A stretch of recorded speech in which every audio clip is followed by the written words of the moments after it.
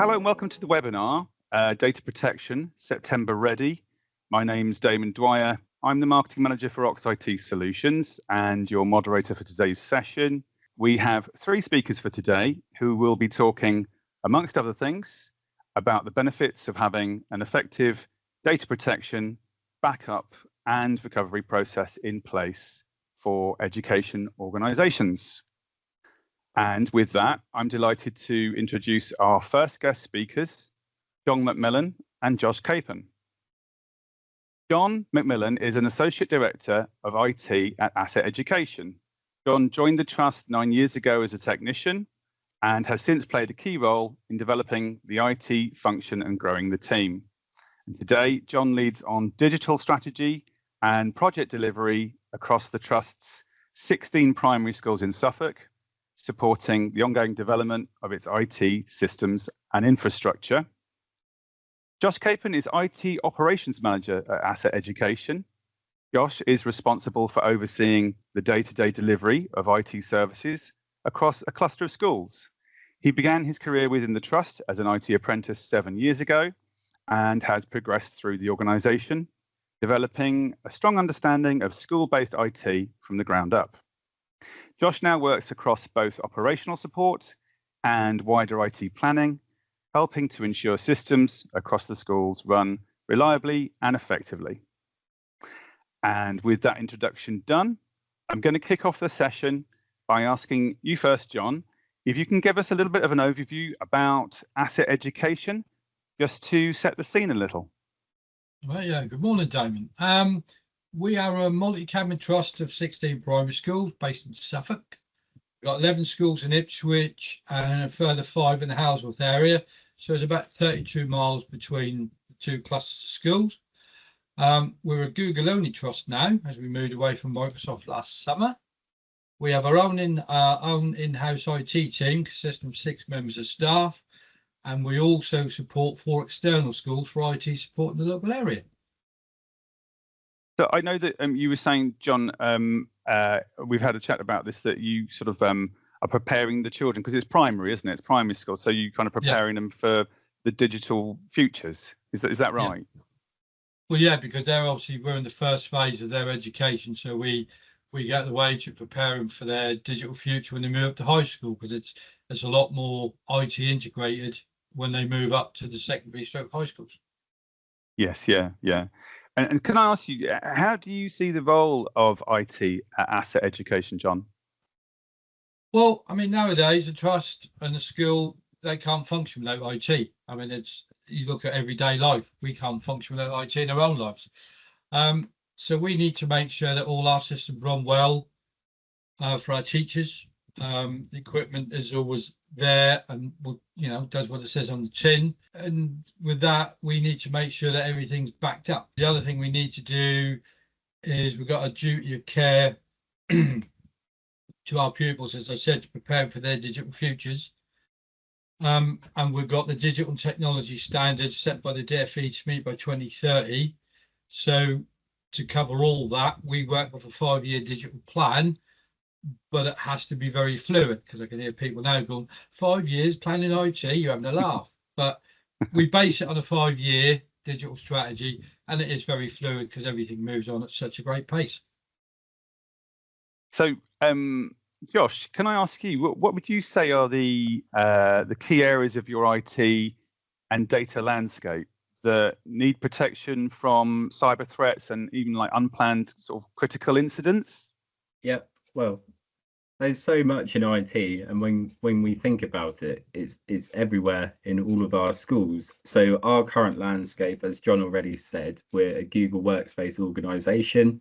So we've got that platform to maintain. Thankfully, it means that we're also serverless, so we don't have to worry about backing up and looking after servers and protecting them with their security patches. It means that all of our systems are cloud only. So we need to think about protecting our MIS, other applications like the HR system as well, and our finance systems, they're all cloud-based too. Even the devices that our staff and pupils use, they're not Windows devices, they're Chromebooks. So 99.9% of devices in our organization run Chrome OS or Chrome OS Flex. So it means that all of our data is really accessible from anywhere with an internet connection. So the pro side to that is that our staff and pupils can learn and work anywhere. The downside is that door is really wide open for also malicious attacks to happen. So we really need to think about how we can protect that data. Yeah, no, that's good. And you've kind of touched on this already, but I think it kind of bears repeating. If I can ask you, what data protection technologies do you have in place at Asset Education? Yeah, so the data protection technologies that we use, I mean, to begin with, we use Google single sign-on for near enough everything. If it's available, we use that because that's a really secure way to protect cloud accounts. We then encourage all staff to use Google Password Manager. It means that if you've got a compromised password that Google know about, they'll flag it up immediately and tell you to change it. Also suggest really strong passwords, and it gets rid of password fatigue as well. So we encourage our staff and pupils to use that. We've got 99.9% of our devices running Chrome OS or Chrome OS Flex. That's a really secure operating system, and I know there's a lot of pros and cons. For us, it was the fact that there's never been a known ransomware attack on a Chrome OS device. That's what we're told. That's what we go off. You might know differently. We then protect our online accounts with MFA for all staff accounts except for pupils, because we're primary. We don't want to add that, make that too complicated. We actually use something called My Login, so it's even easier for the pupils to log in. So they scan a magic badge or a QR code and they get into the Chromebook that way. So we can set them with a really complex password, which they never have to use, and then they scan a QR code to get into the Chromebooks. We also use context-aware access, so we can start saying no member of staff or no pupil account should be trying to sign into their emails or Google Drive from Vietnam, for example. We can lock that down and restrict that and stop people from signing on from unprotected or unsupported phones like Android and iOS when they're no longer supported with security updates. But to actually protect our data, if those sort of initial steps fail, we use Acronis Cyber Protect, which makes an exact backup of our important data. Yeah, thanks for that, Josh. That's very comprehensive. I was going to ask you, John, how did you go about choosing the technology and the managed service from Ox IT? At the time when we were looking about for a good backup system, because to make sure we comply with the RPA assurance, we were Google and Microsoft, so we were hybrid. So I needed to look for a system that would allow me to back up a Google Workspace, our servers, and give us some AV protection. So having a look about, looked at Acronis, the Cyber Protect, and it fit the bill on paper very well. And then obviously we got in touch with Ox IT, speaking to John and to Chris. They sort of really backed up and went through us with the setup of Acronis, how it worked, and really confirmed and hammered home that yes, it does exactly what it says on the tin. So we went ahead with that, and it's with the fluidity of the backup. From month to month, we could see if we were using a lot of data or not so much data. We could flick between the two different accounts. You have a workload account or a gigabit account, so it gives that flexibility with that. So that's what really pushed us over, because it was damn good and gives us the flexibility to change it to whatever model you need for that month to keep your costs down. Yeah, thanks for that, John. That's fair enough. I think I was going to ask you, Josh. What are the benefits that you're experiencing from using Acronis Cyber Protect technology? Yeah, we really like Acronis Cyber Protect because firstly, it's a cloud-to-cloud backup solution. There's no hardware that we need to run on site. There's so it goes in line with our strategy of going serverless at the time. It made sense to do that. I mean, there are other options out there, but for it to be a cloud-to-cloud backup solution, that was a big thumbs up, and that's something we really liked. We also get to benefit from really fast restore times. So when you want to restore files back into Google Drive, click a button, and I would say within seconds, it's managed to restore it into that end user's Google Drive or their Gmail inbox, and they can see that really, really quickly. It gives you a load of confidence. And I think in our eyes, if there ever was a day where we were in the worst of it and we wanted to quickly restore data, we would have a lot of confidence in this system and be able to trust it to do that quickly and effectively. You've then got some additional features in Acronis, which is really specific to Google Workspace, but I'm sure it will go over to Microsoft as well. But it retains features like file version history. And when you restore files, you actually retain everyone that it's shared with and their permissions too. Whilst with some options, that wasn't something that was available, or you would restore a file and you could only get it in docx format, whilst this natively supports Google Workspace file types as well. It's not just Google Drive.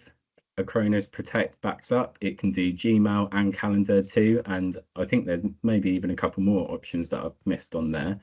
But it means that we're able to protect so much for our staff, so they've got peace of mind as well. Another feature we love, because we're a map, and John says, you know, we've got 16 schools. Actually, the way we inherited those schools, each of them have their own Google Workspace tenant, and it's a lot to look after. And it's a lot to back up too. But thankfully, with Acronis, we can have one login and be able to manage all 14 of our Google tenants in one place rather than having a separate login for each one. That's something we absolutely love too. Yeah, when I sort of look at the Acronis solution, I'm always interested in how it goes very granular. You can go to quite a granular level of restoring, can't you? Which I think is quite a good thing. It's quite a unique thing, really. So I was going to ask you actually, Josh, have there been any incidents where this sort of OXIT managed service, which is like, you know, backed by Acronis, has already proved itself? Yeah, there has been. Not to a real disaster event kind of way, but just the little things like a member of staff has deleted lessons in a shared drive and they've not noticed until they've come round to it next year. With Google Drive, if you delete a file, you've got up to 30 days to restore it from the bin. If not, you lose it forever. But with Acronis, we're able to set our retention policies and keep it for long enough so that when teachers do go, oh no, I must have deleted it. I know I used it this time last year, and we can go back and find it and restore it exactly how it was deleted in the first place. So it's helped a lot of teachers save a lot of time and a lot of stress. Another thing is actually the support we've been given from OXIT. In the early days, we had some issues backing up our Windows servers, but we went straight to Ox and their support was just brilliant, absolutely brilliant. And they managed to help us overcome those initial issues to begin with. I think just helps prove that it's a great system because we've got great support to go with it. Yeah, no, that's good. That's fair enough. I'm just going to mention if there are any questions at all for the guys, please put them into the Q&A and we'll answer them at the end of this session before we move on to Kieron. I was going to ask you, John, what advice would you give to a school looking to invest in an IT partner who provides the sort of data protection, backup, managed services? Well, if anyone is looking, I mean, our experience with OXIT from the start, I would say finish because there's no way we would finish with them. But from the start, they've always been there. If you can throw anything at them, and they'll always come back to you with an answer, and they'll always give you your best solution. And we were very lucky to pick up with Ox and putting us onto Acronis because it ticks all the boxes, makes us RPA compliant. So, and it's got the flexibility in the system. So as our model did, as we changed from hybrid from Google to Microsoft, we knew that we didn't have to change our backup solution because Acronis is flexible enough to flex with what we need. So couldn't be happier with the service from Acronis and the managed service from Ox IT from John and Chris in particular. That's great. That's good to hear. I think that wraps it up nicely. So thank you both, John and Josh, for that. I think that's a great insight into your experiences and also how you're overcoming the data protection challenges that you face at Asset Education. As I say, if there's any questions for John and Josh for their section, we can put it into the Q&A and it'll work at the end of Kieron's session as well. We'll do all the questions at the end. I'm now going to introduce you to Kieron. I'm delighted to introduce Kieron to you. Kieron is the European Enterprise Sales Manager at Acronis and has been with the company for 8 years. He works closely with strategic partners to help their customers get the full benefits of their Acronis backup and security and network management solutions. Kieron is also a regular speaker on backup and disaster recovery and cybersecurity topics at conferences around the world. Kieron, John and Josh were talking a lot about the importance of getting cloud-based data and backup protection that can restore items quickly so that teachers can safely continue to deliver their lessons. How does this resonate with your experience? Actually, most people talk about backup. You don't care about a backup product. People care about a recovery product. So it's all about the recovery. And the way Acronis manages its archives means that every single retention we've ever done is instant mount. So what that means is whether you're recovering from yesterday, or you're recovering from a year ago, from a leaver who now needs college work, now need to work for their college application, such like that, the data will still be there. But more importantly, the data will be instant mount. So you can download a file to a desktop, you can forward an email. So if the email account doesn't exist, you can forward it to somebody else's mailbox directly from the backups. You have a million different options of how to recover. And if we're looking at files, most of them are about 3 seconds, 4 seconds. And if you're looking at kind of whole, SharePoint or shared Google Drives and such, depending on the size, maybe an hour or two for the very, very largest full of millions of files. But everything is accessible, everything is available. And if those users leave, you can still access their data way after, they've left. If you want to, depending on your retentions. So with regards to education, Acronis has a strong offering within education, mainly for the needs that Asset has, which is, they are a multi-academy trust. They have multiple different areas to manage. They have multiple sites. And some of those sites might have their own IT managers on those sites. They only want access to their own data. They don't want access to the whole group. So Acronis has a multi-tenancy platform built within it where you can create units, you can create subtenants, you can create a single tenant. However you want to set that up to manage it means that, that's management is simple. And the guys at Asset have no devices. They are very much cloud only. So Acronis basically protects their data. But one of the reasons that Acronis does so much within education is we were a backup company 20 years ago. We cloned hard drives. We, went up against ghost copy. We basically, our job was to take drive A, put it on drive B, take drive B and put it somewhere else. And that's what we did for many years.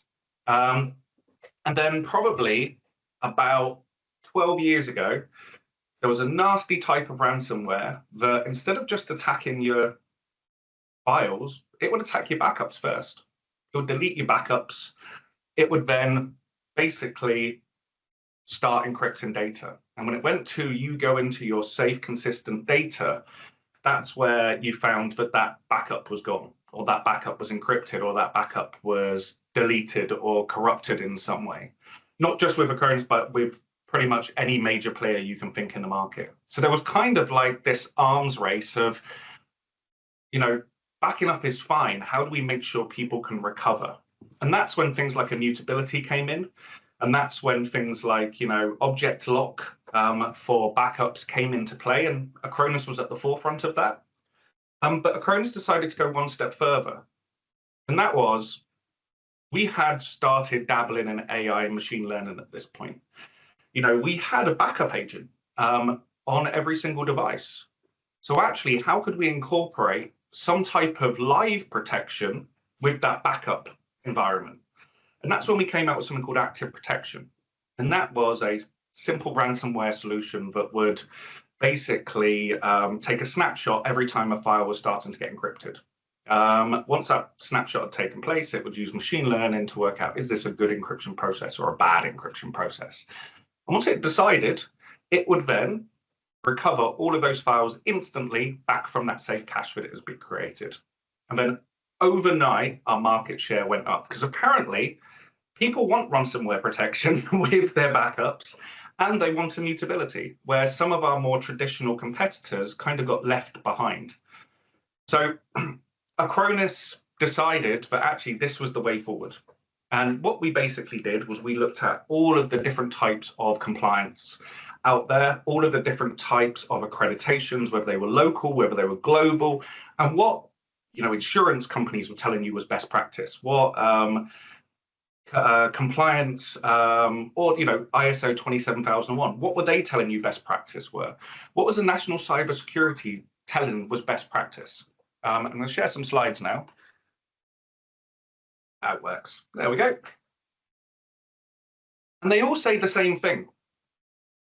And that is, have copies of your data, make sure it's safe, ideally with a 3-2-1 rule of backup, make sure it's in different storage locations, make sure it's immutable. And then they start to go a little bit further. When you are doing a recovery, make sure that you recover to a clean device. Make sure that your backup isn't full of ransomware and malware. So the second you do a recovery, it's just going to relaunch and you're in exactly the same position you were 15 minutes ago. And then, the biggest kind of protection out there is a proactive protection. Make sure that stuff is patched regularly, meaning that all of those vulnerabilities that people are getting through are closed anyway. And when you look at the National Cybersecurity Center, it says the same thing.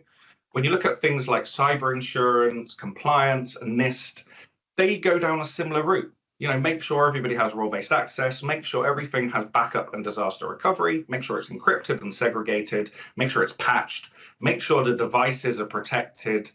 And then they go a step further, which is plan, test, because you're only as good as your last test. And also make sure there is flexibility in that test.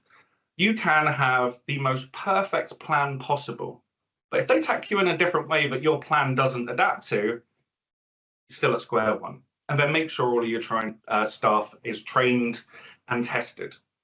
So Acronis looked at all of this, and we came up with Acronis Cyber Protect. Over the last 12 years, we've invested hundreds of £millions into it.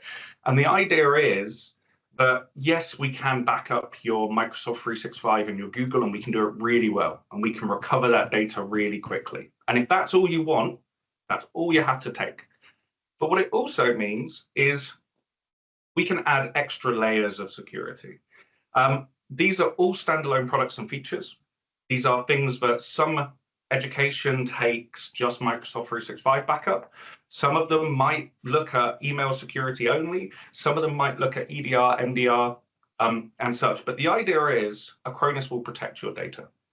There are multiple different layers. You might just want something this month. This year, you might be looking at a server backup solution, but next year, you might be looking to replace your MDR solution. And that's where, over time, Acronis can add more and more features, consolidate down. It's a single archive, agent. It's a single console, and it's a single support package via OxIT. So everything is simplified. And the good thing is, once you start to take more, we can start to manage more. We can do vulnerability assessments and patching. We can monitor. We can do remote desktop. We can do software inventory. We've just released our own infrastructure as a service for the Acronis solution. So you can also host your servers and get our full suite of protection included within that product. Coming soon, which we feel is going to be absolutely huge within the education space, is automated compliance monitoring.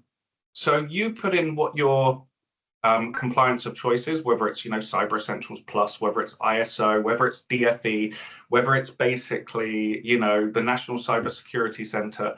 You put in what your stipulations are, and the system will monitor all of your devices, all of your users, and it will give you a score, and it will also tell you who isn't achieving that. And not just from a Acronis point of view, who doesn't have MFA enabled, who doesn't have a firewall on, who hasn't had a virus update.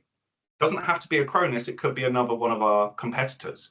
But what it will do is give you an idea of where you sit within that environment. This should be coming out in, I think, 2 months. But, within education, we see this being absolutely huge. And then finally, automation. You guys are busy. You guys don't have time to test your backups, yet every single compliance or kind of accreditation or certification system out there tell you need to do regular backup testing. Our system will do it for you.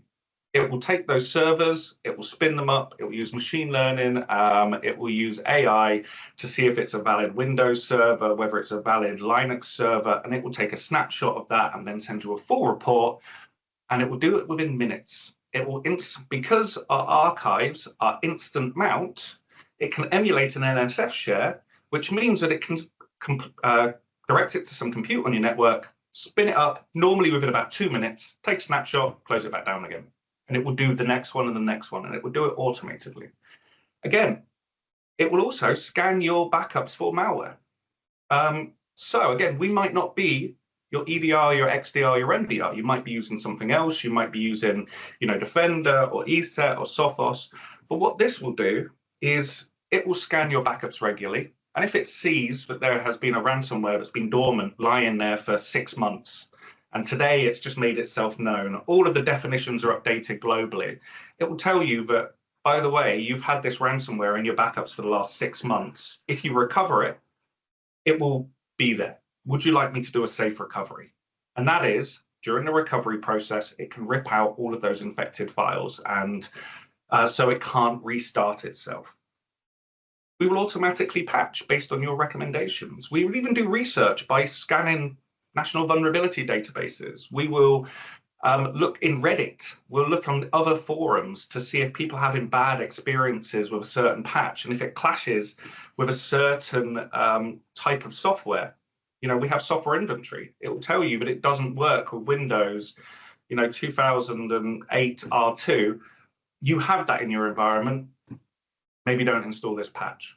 And we can also do scripting around Bash and PowerShell, and our system will automatically use EDR investigation and remediation, even if you're not using our MDR.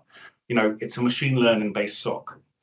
And coming soon, just in time for the compliance monitoring, is also data intelligence, data lake, and this is what our compliance orchestration is going to be built on. But you can hop into a report, show me everything that has this certain type of software with this certain type of vulnerability. Brilliant, apply a patch. So you can create reports and such. So the Acronis product, is a platform. You can pick one of these solutions. You can pick, all of these solutions. The more you take, the more stuff starts to talk to each other and everything starts to work because it's all natively integrated. We are not a group of products that are bundled together. We are an Acronis solution developed by Acronis engineers, so that everything can work harmoniously. And that's why, one, we can do the simple stuff for education. 2, we can do single site, we can do multiple sites. But 3, we will make sure that not only are you protected and you can recover, but you also hit all of those markers within compliance, but we will test it for you. we will basically make sure that your vulnerabilities are patched automatically using research from the internet.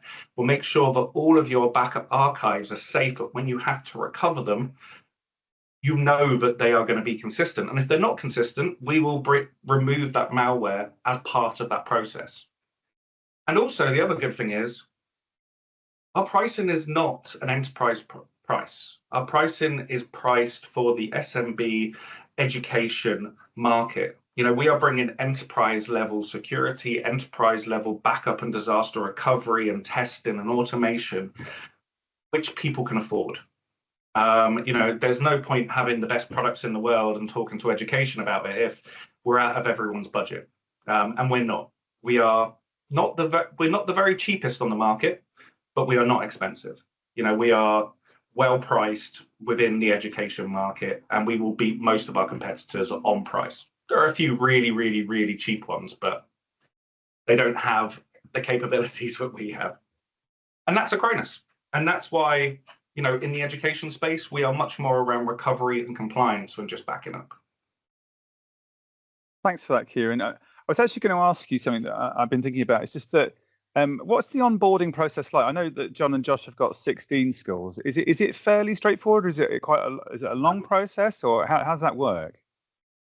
It really depends on what you currently have in place. So, for example, to onboard a Microsoft 365 tenant at the moment, you basically pop in your username and password, and it says, hey, do you want to give Acronis access to this? You click yes, and it goes, right, I can see you've got Mail, OneDrive, SharePoint, and Teams. Would you like me to create a basic plan for you? You go, yes. Microsoft 365 can be onboarded in about 3 minutes per tenant. Google, slightly different. You have to create a I can't think what the name of it is. Basically, it's a JSON code. So you have to give it access via a cloud project. You create a cloud project, and then that gives the same API integration, and then you just set 2 plans. So for Google, maybe 15 minutes. When it comes to servers, this is where how long is a piece of string. So if you want to do all of your servers manually one by one, yeah, it's going to take a little while. But we have multiple different things that help push that out. So we can create things like MSI files with a registration token. So once you've done that initial setup, which takes about 15 minutes, you can use Intune, you can use an RMM tool, you can use, your own kind of internal systems to just push that code out, point it towards the MSI, and automatically register it. Using that type of way, we've had full organizations with hundreds of servers get installed in an afternoon. And you just click a button and you apply a plan, and everything's backing up for Friday night. We also have integrations with about 300 different third-party apps. So if you are using, we'd love you to use Acronis as an RMM tool, and we have the ability, but when you install one agent, it will do a beacon, it will find all of the other agents, and it will start installing agents. So again, that's using Acronis. But if you want to use something else, that's also fine. We plug into most of the well-known RMM tools out there as well. So if you want to do it manually, yes, it's slow. If you know how to use MSIs or registration tokens, or even PowerShell scripts with, pointing to web installers, quick, very quick. And the good thing is the guys at OxIT have done every single way I've talked about. They'll be able to help you through that process. They'll be able to find the quickest way to get you protected, whether it's for backup, whether it's for security, whether it's for full RMM capabilities and patching. Thanks for that, Kieron. That's really great. To be honest, it's such a great insight into the data protection challenges in the education sector, but also into the Acronis Cyber Protect product. I think it's interesting that particular need to stay vigilant and ahead of the curve in terms of ransomware and other threat types, but also to make sure that you've got the right tech in place to protect the data. We've got a few questions in the chat, so I'm just going to sort of field them out to you. So I'm going to start with the oldest one first. So we've got from Andy. How often do you test your Cyber Protect, John and Josh? We test it about once a week. We do that, so then it's built into our technicians' weekly schedule, so that people remember to do it, because it is really important that although we know we can trust it, we need to make sure that we can definitely trust it and prove that it works. Because you don't want to be in a position where it's like, oh, we need to use this. Oh no, it's not worked for the past couple of months. So that's why we do it weekly, build it into a schedule so that people remember to do it. And I think it's part of the 3-2-1 backup strategy, or part of Cyber Essentials, that you are testing them, or part of the DFE requirements as well. That's great. Thanks, Josh. And I hope that's answered the question for you there, Andy. I've got another one for you, Josh, actually here. This is from Hilardo. Basically, I'm going to read it out. In the early days when you are migrating to all things Google, how did you manage users, staff, and students alike to abandon traditional software, for example, Microsoft Outlook or Word or Excel, etc.? Yeah, it wasn't easy. It was a journey.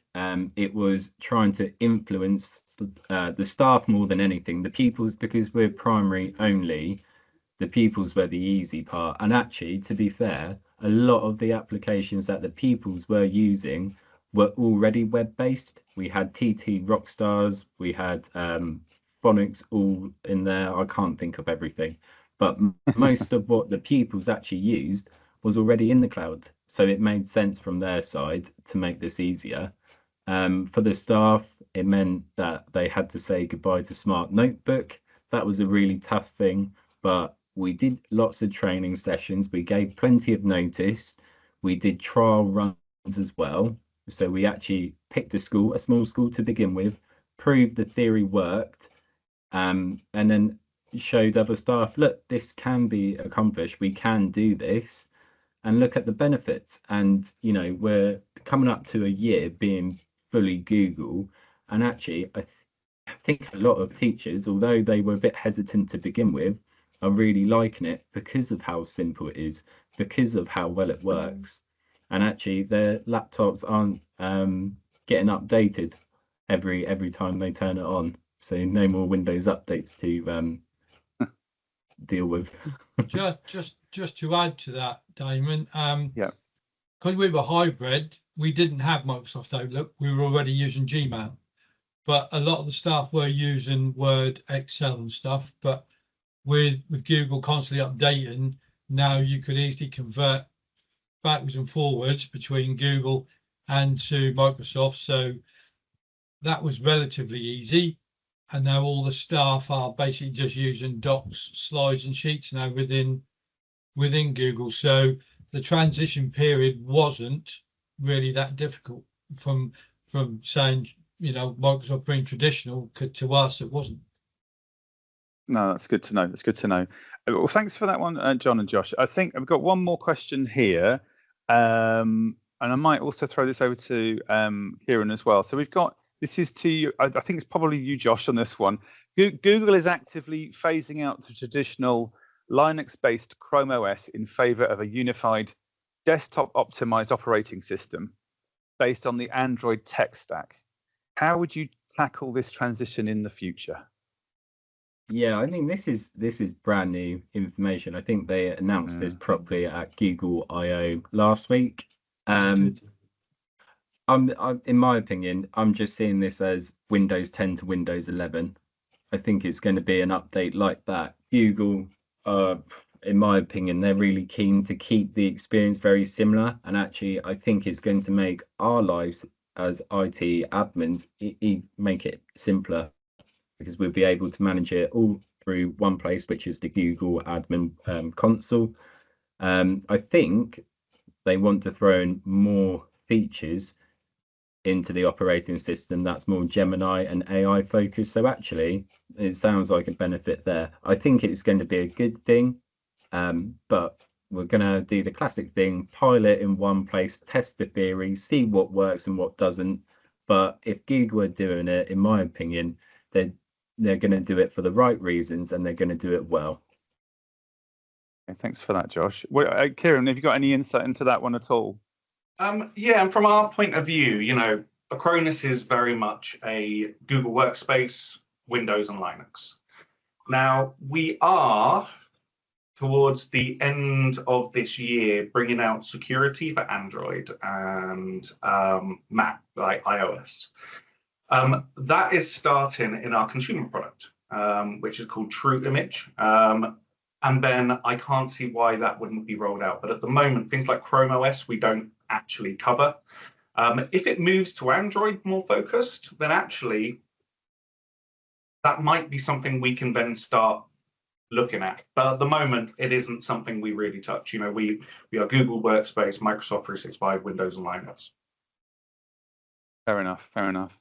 Well, that's really interesting to know that, guys. And thanks for that question. That was a really interesting question. I want to thank everyone for contributing their questions to it. We hope we answered those for you. So all that remains for me to do is to thank our speakers for today, and also a special thanks to everyone for coming. And I wish you all a good rest of your day. So thank you, everybody, and I'll give you some time back, and goodbye.